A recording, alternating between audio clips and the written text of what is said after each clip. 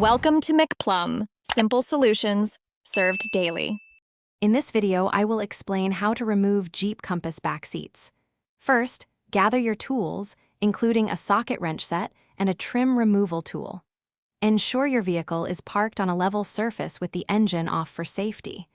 Understanding the basic steps before you begin will make the process much smoother and more efficient.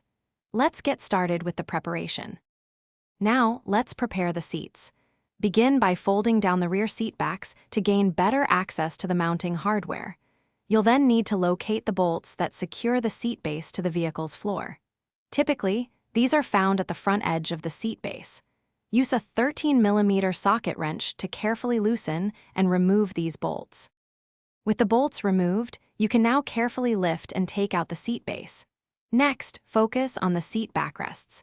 You'll find additional bolts securing their lower attachments. Remove these. Once those are free, gently lift each backrest upwards. This action will disengage them from the retaining hooks located near the top, allowing for their complete removal. After removing the seats, store all parts, including bolts and the seats themselves, in a safe place to prevent any damage.